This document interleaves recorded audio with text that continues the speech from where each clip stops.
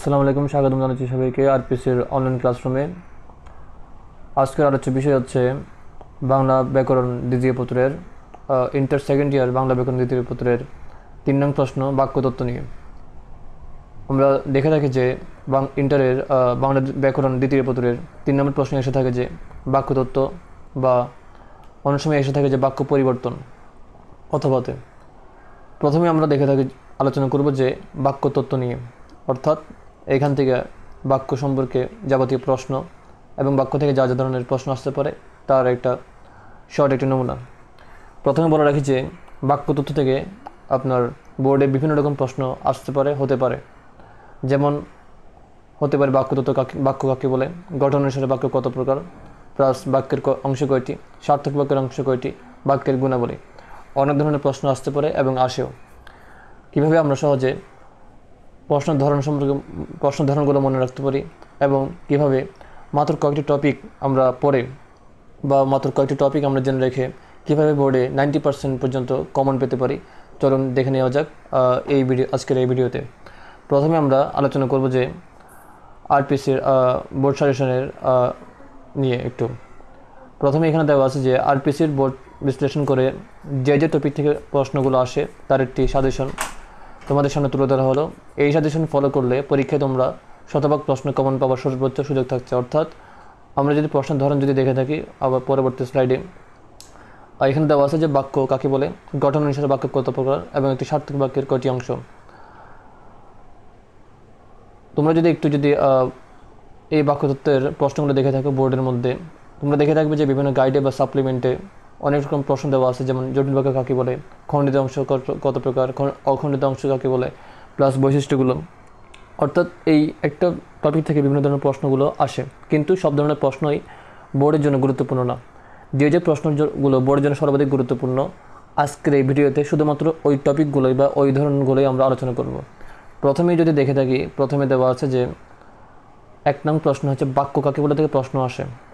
প্রথমে আমরা শর্টকাটে বা সহজে মনে রাখবো যে কিছু অর্থপূর্ণ শব্দ বা পদের সমষ্টিতে যদি মনের ভাব সম্পূর্ণ প্রকাশ পায় তাকে বাক্য বলে। তার আগে আমরা বা তারপরে আমরা কিছু জিনিস মনে রাখবো যে বাক্যের একক হচ্ছে শব্দ, শব্দের একক হচ্ছে বর্ণ, বর্ণের একক হচ্ছে ধ্বনি।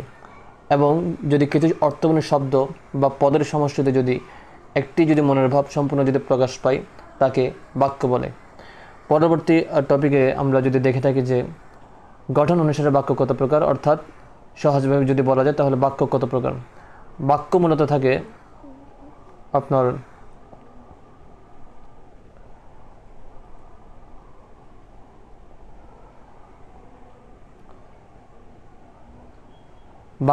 গঠন অনুসারে হচ্ছে 3 প্রকার, যথা 1 নম্বর হচ্ছে সরল বাক্য, 2 নম্বর হচ্ছে জটিল বা মিশ্র বাক্য এবং 3 নম্বর হচ্ছে যৌগিক বাক্য। জটিল বা মিশ্র বাক্য এবং যৌগিক বাক্য চেনার জন্য আমরা এই ভিডিও ডিসক্রিপশনে তোমরা একটা ভিডিও লিঙ্ক পেয়ে যাবে, যেখানে সহজে বলা আছে যে কীভাবে আমরা জটিল বা মিশ্র বাক্য বা যৌগিক বাক্য জেনে নেব বা বুঝব।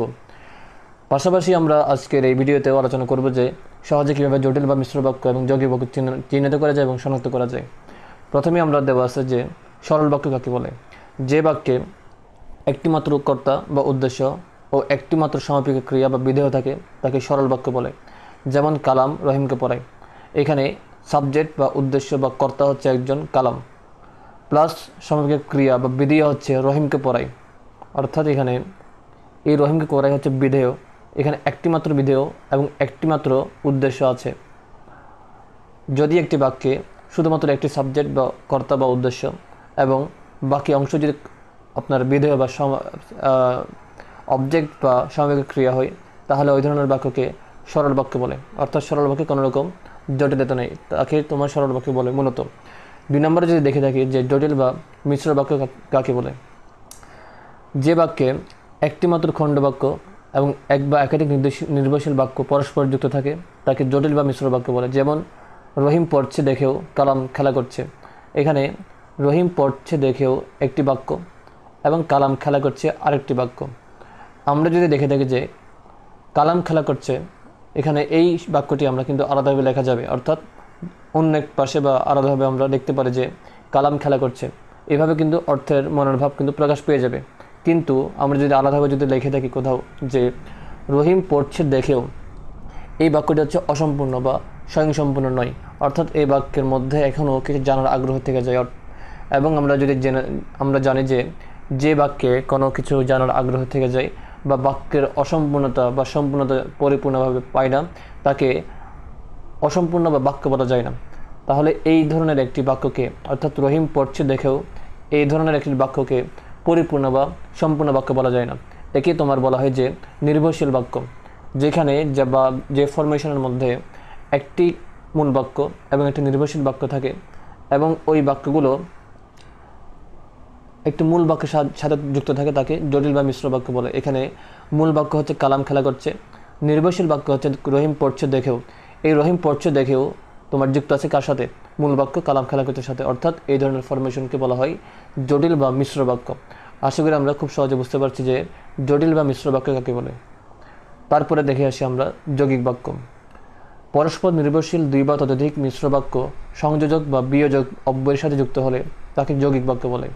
অর্থাৎ যৌগিক এবং জটিলের মধ্যে একটি মাত্র ডিফারেন্স থাকে, তা হচ্ছে জটিল বাক্যের মধ্যে প্রথমত সংযোজক বা বিয়োজক অব্যয় নেই, যা যৌগিক বাক্যের মধ্যে থাকে। আমি আবার বলে রাখি যে যৌগিক বাক্যের মধ্যে সংযোজক বা বিয়োজক অব্যয় নেই। এখন প্রশ্ন হতে পারে যে সংযোজক বা বিয়োজক অব্যয় কাকে বলে? সংযোজক অব্যয় মূলত ওই ধরনের অব্যয়কে বোঝায় যা দুটি বাক্যকে যুক্ত করে, যেমন এবং, ও। এটি হচ্ছে পজিটিভ বা সংযোজক বাক্য বা সংযোজক অব্যয়। এবং এর মাধ্যমে কিন্তু দুটি বাক্য যুক্ত করা হয় এবং এইটাকে সংযোজক অব্যয় বলে। অর্থাৎ যখন দুটি বাক্যকে প্লাস পয়েন্ট হিসেবে যুক্ত করা হয় তাকে সংযোজক অব্যয় বলে। আর এটা হচ্ছে বিয়োজক অব্যয়, অর্থাৎ যখন দুটি বাক্যের মধ্যে বিয়োগান্তক বা নেগেটিভ কিছু সম্পর্কে বোঝায় তাকে বিয়োজক অব্যয় বলে। যেমন কিন্তু, সত্ত্বেও, তারপর বলা যেতে পারে অথবা। ঠিক আছে, এগুলোকে বলা হয় বিয়োজক অব্যয়। তাহলে আমরা বুঝতে পারছি সহজে যে যৌগিক বাক্যের মধ্যে সংযোজক বা বিয়োজক অব্যয় থাকে এবং জটিল বাক্য বা মিশ্র বাক্যের মধ্যে এটি থাকে না। 2 নম্বর পয়েন্ট হচ্ছে যৌগিক বাক্যের মধ্যে দুটি মূল বাক্য থাকে, যেমন রহিম পড়ছে এবং করিম খেলা করছে। দুটি মূল বাক্য আমরা চাইলে আলাদাভাবে লিখতে পারি। রহিম পড়ছে বাক্যটি পরিপূর্ণতা পেয়ে যাবে, যেমন বলতে পারি করিম খেলা করছে, এটিও বাক্যের মধ্যে পরিপূর্ণতা পেয়ে যাবে। কিন্তু আমরা কখনো বলতে পারি যে রহিম পড়ছে দেখেও, এটি একটা নির্ভরশীল বাক্য, যেটা আমরা একটু আগে আলোচনা করেছি। তাহলে যৌগিক বাক্যের মধ্যে দুটি বাক্য থাকে এবং দুটি কী থাকে? পরিপূর্ণ বা সম্পূর্ণ বাক্য থাকে এবং ওই দুটি বাক্য একটি বিয়োজক অব্যয় বা সংযোজক অব্যয়ের মাধ্যমে কী থাকে? যুক্ত থাকে। যেমন এখানে রহিম পড়ছে দেখেও করিম খেলা করছে। তাহলে এখানে রহিম পড়ছে একটি বাক্য এবং কিন্তু বা অথবা কিন্তু, একটি হচ্ছে সংযোজক অব্যয় আর একটা হচ্ছে বিয়োজক অব্যয়, যেখানে একটি আমরা লিখতে পারি। এবং করিম খেলা করছে একটি আরেকটি মূল বাক্য। অর্থাৎ যৌগিক বাক্যের মধ্যে দুটি মূল বাক্য থাকে এবং একটি বিয়োজক বা সংযোজক অব্যয় থাকে, তাকে মূল বাক্য বা যৌগিক বাক্য বলা হয়। আশা করি এটা আমরা সহজে বুঝতে পারছি। তাহলে চলো পরবর্তী প্রশ্নের মধ্যে চলে যাওয়া যাক। আমরা দেখছি যে এখানে 3 নম্বর প্রশ্ন দেওয়া আছে যে একটি সার্থক বাক্যের মধ্যে অংশ হচ্ছে দুটি, অর্থাৎ যে বাক্যটি স্বয়ংসম্পূর্ণ পরিপূর্ণতা পায় অর্থের দিক থেকে তাকে সার্থক বাক্য বলে। এবং এই সার্থক বাক্যের মধ্যে দুটি অংশ থাকে, একটি হচ্ছে সাবজেক্ট বা উদ্দেশ্য, যেটি একটু আগে বললাম। যেমন যাকে কেন্দ্র করে বা যাকে উদ্দেশ্য করে বাক্য গঠিত তাকে উদ্দেশ্য বলে। যেমন খোকা বই পড়ছে, এখানে খোকা হচ্ছে সাবজেক্ট বা উদ্দেশ্য। অর্থাৎ এই খোকাকে কেন্দ্র করে কিন্তু একটি বাক্য গঠিত। যেমন বই কিন্তু মূল বাক্য বা মূল সাবজেক্ট না, এখানে মূল সাবজেক্ট হচ্ছে খোকাকে কেন্দ্র করে একটি সাবজেক্ট গঠিত, তাকে ওই জন্য খোকা হলো উদ্দেশ্য বা সাবজেক্ট। তারপরে দেখি আমরা বিধেয় বা প্রেডিক্ট, যেটাকে ইংরেজিতে বলে। বিধেয় বলতে বোঝায় কর্তা বা উদ্দেশ্য সম্পর্কে যা বলা হয় তাকে বিধেয় বলে। যেমন খোকা বই পড়ছে, খোকা হচ্ছে সাবজেক্ট কিন্তু খোকা বই পড়ছে, কী পড়ছে? খোকা বই পড়ছে। এই বই পড়ছে হচ্ছে বিধেয় বা প্রেডিক্ট। অর্থাৎ সাবজেক্ট সম্পর্কে যা কিছু বিশ্লেষণ বা ব্যাখ্যা করা হয় বা সহজভাবে বলা যায় যে সাবজেক্ট ছাড়া বাক্যের বাকি অংশকে বিধেয় বা প্রেডিক্ট বলে। অর্থাৎ একটি বাক্য যাকে দিয়ে কেন্দ্র করে গঠিত বা পরিচালিত বা উদ্দেশ্য করে গঠিত তাকে তোমার সাবজেক্ট বলে। অর্থাৎ খোকার পরে বা পাশাপাশি বা সাবজেক্ট বা উদ্দেশ্য ছাড়া বাক্যের বাকি অংশকে বলা হয় বিধেয় বা প্রেডিক্ট। আশা করি আমরা বুঝতে পারছি যে উদ্দেশ্য এবং বিধেয় কাকে বলে। তাহলে চলো পরবর্তী প্রশ্নে চলে যাওয়া যাক। যে 4 নম্বর প্রশ্ন হচ্ছে, একটি বাক্যের মধ্যে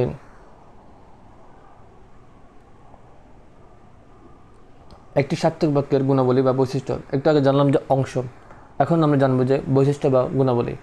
একটি সার্থক বাক্যের মধ্যে গুণাবলী বা বৈশিষ্ট্য হচ্ছে 3টি, যথা 1 নম্বর হচ্ছে আকাঙ্ক্ষা, অর্থাৎ যে বাক্যটা পরিপূর্ণ, যে বাক্যটা সার্থকতা লাভ করেছে ওই বাক্যের মধ্যে 1 নম্বর বৈশিষ্ট্য হচ্ছে আকাঙ্ক্ষা। যেমন বাক্যের অর্থ পরিষ্কার বোঝার জন্য এক পদের পর অন্য পদ শোনার আগ্রহকে বা ইচ্ছাকে আকাঙ্ক্ষা বলে। অর্থাৎ আমি বাড়ি যাব, আমি বাড়ি হচ্ছে, যদি আমি বাড়ি শুধুমাত্র আমি বাড়ি লিখে থাকি তাহলে বাক্যটি হচ্ছে অসম্পূর্ণ। অর্থাৎ এখানে আমি বাড়ি বলার পরেও কিছু জানার আগ্রহ থেকে যায়। আমি বাড়িকে যাব নাকি আমি বাড়িকে আসবো, কিছু আগ্রহটা থেকে যায়। অর্থাৎ এখানে যদি যাব যদি লেখা থাকে আমি বাড়ি যাব, এখানে যাবর মাধ্যমে বাক্যটা পরিপূর্ণতা পেয়েছে এবং যাব হচ্ছে একটা আকাঙ্ক্ষার উদাহরণ। তাহলে আমরা বুঝতে পারছি যে আকাঙ্ক্ষা জিনিসটা কি। আমি আবারও বলে রাখি যে বাক্যের অর্থ পরিষ্কার বোঝার জন্য এক পদের পর অন্য পদ শোনার আগ্রহকে বা ইচ্ছাকে আকাঙ্ক্ষা বলে।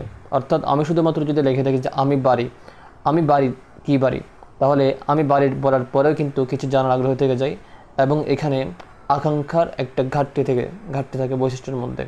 কিন্তু আমি যদি বলি যে আমি বাড়ি যাব, এখানে যাব বলার মাধ্যমে কিন্তু একটি বাক্য পরিপূর্ণতা পেয়েছে বা আকাঙ্ক্ষার তৃপ্তি ঘটেছে। তাহলে আমি বাড়ি যাবতে আকাঙ্ক্ষা কি হলো, পরিপূর্ণতা পেল। 2 নম্বর বৈশিষ্ট্য দেখি আমরা, আসক্তি, অর্থাৎ বাক্যের অর্থসঙ্গতির জন্য সুশৃঙ্খল পদবিন্যাসকে আসক্তি বলে।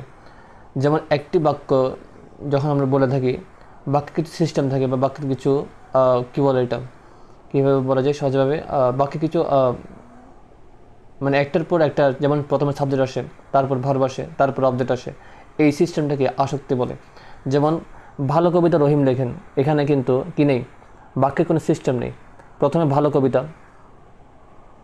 কবিতা হচ্ছে একটা তোমার অবজেক্ট, রহিম সাবজেক্ট, লেখেন হচ্ছে ভার্ব। তাহলে এখানে কোনো সিস্টেমটি কি নেই, কোনো ওয়ে নেই। ভালো কবিতা রহিম লেখেন, এটা হচ্ছে ভুল। এখানে কিসের ঘাটতি রয়েছে, এখানে ঘাটতি রয়েছে যে আসক্তির। অর্থাৎ আসক্তি বলতে বোঝায় যে একটি বাক্যের মধ্যে পদবিন্যাসগুলো সুশৃঙ্খলভাবে লেখাকেই তোমার আসক্তি বলে। যেমন ভালো কবিতা রহিম লেখেন, এটা হচ্ছে ভুল বাক্য। সঠিক বাক্য হচ্ছে রহিম ভালো কবিতা লেখেন। অর্থাৎ একটি বাক্যের মধ্যে যদি শব্দ বা পদগুলোকে যদি সাজিয়ে লেখা হয় তাকে আসক্তি বলে। আশা করি আমরা বুঝতে পারছি যে আসক্তি জিনিসটা কি। 3 নম্বর পয়েন্ট হচ্ছে যোগ্যতা। বাক্যের মধ্যে পদ বা শব্দের অর্থগত ও ভাবগত মিলকে যোগ্যতা বলে। আকাঙ্ক্ষা এবং আসক্তি সহজভাবে বোঝা গেলেও যোগ্যতা বুঝতে একটু আমাদের বেগ পেতে হতে পারে। যেমন যোগ্যতা বলতে আমি যে বাক্যটি লিখেছি বা আমি যে বাক্যটি বলেছি তাকে আদৌ কি তোমার বাস্তবসম্মত কিনা, তাকেই তোমার যোগ্যতা বলে। যেমন আকাশে ফুল ফোটে, এটি হচ্ছে ভুল। আকাশে ফুল ফোটে এটি হচ্ছে কি ভুল। এখানে কি কার অভাব আছে, এখানে যোগ্যতার অভাব আছে। যেমন আকাশে কখনো ফুল ফোটে না, এটা হচ্ছে বাস্তবসম্মত কথা না। ফুল ফোটে হচ্ছে জমিনে, আকাশে হচ্ছে তোমার বিমান উড়ে, ঠিক আছে। যেমন জমিনেই বিমান উড়ে, এটা হচ্ছে ভুল, বা এখানে আসক্তির অভাব আছে। বিমান কখনো জমিনে উড়ে না, বিমান উড়ে আপনার আকাশে। তেমনিভাবে আকাশে ফুল ফোটে না, ফুল ফোটে হচ্ছে জমিনে। অর্থাৎ একটি বাক্যের মধ্যে আকাঙ্ক্ষা ও আসক্তি পরিপূর্ণতা পাওয়ার পরেও বাক্যের মধ্যে 3 নম্বর পয়েন্ট হচ্ছে যোগ্যতা। যদি যোগ্যতা না থাকে তাহলে বাক্যটি অসম্পূর্ণ বা স্বয়ংসম্পূর্ণ নয়। যোগ্যতা বলতে মূলত বাস্তবসম্মত কোনো অর্থ বা বাস্তবসম্মত কোনো ভাব প্রকাশকে বোঝায়, যেখানে বা যার মধ্যে অর্থগত ও ভাবগত মিল থাকবে। আশা করি আমরা খুব সহজে বুঝতে পারছি যে একটি বাক্যের সার্থক গুণাবলীর মধ্যে আকাঙ্ক্ষা, আসক্তি ও যোগ্যতা কাকে বলে। ভিডিওর পরবর্তী পর্যায়ে বা আগামী ভিডিওতে আমরা আলোচনা করব যে পরবর্তী প্রশ্ন নিয়ে। আশা করি আমরা বুঝতে পারছি যে এই ভিডিওতে যা নিয়ে আলোচনা করেছি, যেমন বাক্য কাকে বলে, গঠন হিসাবে বাক্য কত প্রকার এবং একটি সার্থক বাক্যের অংশ কয়টিও, একটি সার্থক বাক্যের গুণাবলী বা বৈশিষ্ট্য কয়টি বা কী কী। দেখুন খুব সহজেই আমরা এই 4টা পয়েন্ট যদি কভার আপ করতে পারি তাহলে প্রায় 60% শেষ তোমাদের এই বাক্যতত্ত্ব থেকে। আরেকটি প্রশ্ন বা দুটি টপিক আলোচনা করার পরেই আমরা বাক্যতত্ত্ব নিয়ে সম্পূর্ণভাবে ভিডিওটি শেষ হবে। পরবর্তী ভিডিওতে আমরা আলোচনা করব যে বাকি অংশ নিয়ে। আশা করি ভিডিওর এই পর্যায়ে বা বর্তমানে এই ভিডিওতে তোমরা বুঝতে পারছো যে বাক্যতত্ত্ব থেকে কী কী প্রশ্ন আসে এবং কী কী প্রশ্ন আসলে তোমাদের কী কী প্রশ্ন কীভাবে লিখলে তোমরা সহজে নাম্বার তুলতে পারো সর্বোচ্চ, তা আমরা খুব সহজভাবে আলোচনা করার চেষ্টা করেছি। ভিডিওটি ভালো লাগলে অবশ্যই সবাই লাইক, কমেন্ট এবং শেয়ার করবে এবং পেজটাকে বা ইউটিউব চ্যানেলটাকে সাবস্ক্রাইব বা ফলো করে রাখবে। দেখা হচ্ছে সবার সাথে আগামী ভিডিওতে। ততক্ষণ পর্যন্ত সবাই ভালো থাকবেন, সুস্থ থাকবেন। আল্লাহ হাফিজ।